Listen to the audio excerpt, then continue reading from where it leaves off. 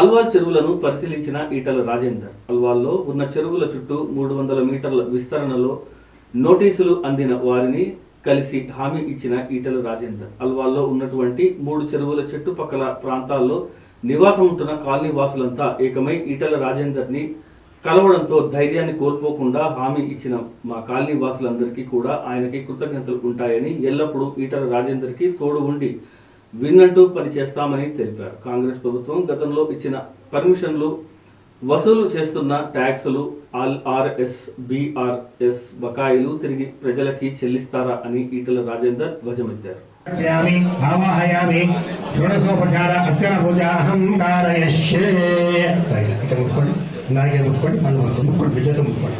చెప్పండి. వక్రతుండ మహాకాయ సూర్యకోటి సమప్రభ నిర్విఘ్నం హృదయదేవ సర్వకాలేషు సర్వదా. ఓం గం గణపతయే నమః అనుకోండి. ఓం సుముఖాయ నమః పూర్వకండి. ఓం సుముఖాయ నమః, ఓం ఏకదంతాయ నమః, ఓం కపిలాయ నమః, ఓం గజకర్ణాయ నమః, ఓం లంబోదరాయ నమః, ఓం వికటాయ నమః, ఓం విఘ్నరాజాయ నమః. వక్రతుండ నమః నమః స్కందపూర్ణ నమః మహాగణాధిపతి నమః ధూమకేతవే నమః. నానావిధ పరిమళ పుష్పాని పత్రాని అక్షింతాని సమర్పయామి. మీకు ఎక్కడ ఆపదలో కదా వాడిపోతారని చెప్పినాను. ఇంకా మీకు చెప్తాను, నేను ఏదైతే కదా 92 మీటర్లు 90 కిలోమీటర్లు కదా గిరియాకెళ్ళి అంత 10 మంత్రాంగాలు కూడా గుర్తుపెట్టు.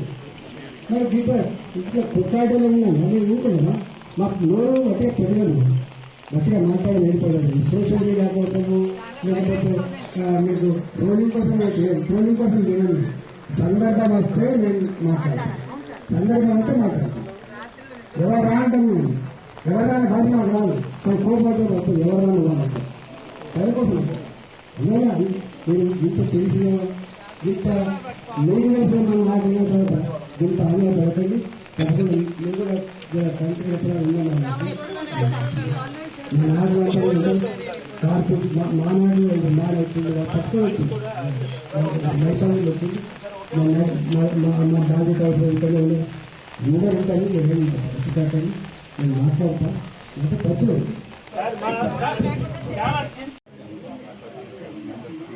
నేడు అల్వాల్ ప్రాంతంలో ముఖ్యమైన చెరువైనటువంటి మన చిన్నరాయన చెరువు వద్ద కొత్తగా ఏర్పాటు చేసినటువంటి రాష్ట్ర ప్రభుత్వం హైడ్రా అనే కొత్త సంస్థ పెట్టింది.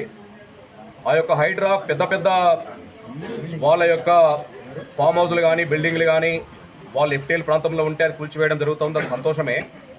కానీ ఇక్కడ ఏంటంటే మన అల్వాల్ ప్రాంతంలో ముఖ్యంగా ఈ యొక్క చిన్నరాయన చెరువు ప్రాంతంలో ఉన్నటువంటి ఆనుకున్నటువంటి ఆనందరావు నగర్ కాలనీ కానీ, వాసవి నగర్ కాలనీ కానీ, జానకిరావు నగర్ కాలనీ కానీ, ఈ యొక్క కాలనీలలో దాదాపు 30-40 ఏళ్ళ నుంచి కూడా ఇక్కడ వాస్తవ్యులుగా ఉంటూ ఎన్నో ఏళ్ళ నుంచి కూడా మరి ప్రభుత్వానికి ట్యాక్సులు కట్టుకుంటూ మరి ఇక్కడ నివాసం ఉంటున్నటువంటి ఈ యొక్క కాలనీ వాసులందరికీ కూడా ఈ సందర్భంగా హైడ్రా నుంచి కూడా నోటీసులు రావడం చాలా బాధాకరం. ఈ యొక్క ఆనందరావు నగర్ పార్క్లో ఏర్పాటు చేసిన మీటింగ్ ఎఫ్టీఎల్ ల్యాండ్స్ వాళ్ళకు నోటీస్ వచ్చిన కారణంగా ఈటల రాజేందర్ గారు రావాల్సి వచ్చింది.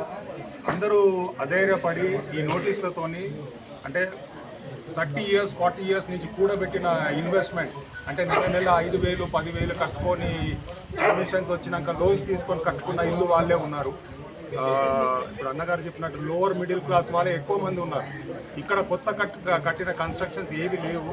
ఎందుకంటే మేము చిన్నప్పటి నుంచి ఇక్కడనే తిరిగిన వాళ్ళం కాబట్టి మాకు అన్నీ ఇక్కడ అవగాహన ఉంది. ఈ ల్యాండ్స్ గురించి కూడా, ఈ ల్యాండ్ కూడా 17 acres చేంజ్ మొదటి నుంచి కూడా ఇక్కడ గత ప్రభుత్వంలో ఉన్న వేరే మినిస్టర్ మా ఆవేదనను ఆక్రందనను గమనించి మమ్మల్ని ఓదార్చడానికి వచ్చిన మా ఎంపీ ఈటెల రాజేందర్ గారికి ధన్యవాదాలు.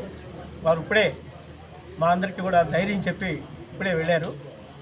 వారికి మేమంతా కూడా సర్వదా సర్వత్రా సతతం కృతజ్ఞతలు.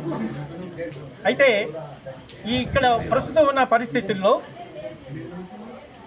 మా ఈ చెరువు విషయానికి వస్తే ఇది రాంగ్గా ఇంటర్ప్రిటేషన్ జరిగింది. 1957 1957లో ఈ చెరువు విస్తీర్ణం 48 ఎకరాలు. అయితే నేడు ఇది 17 ఎకరాల 25 కుంటలు.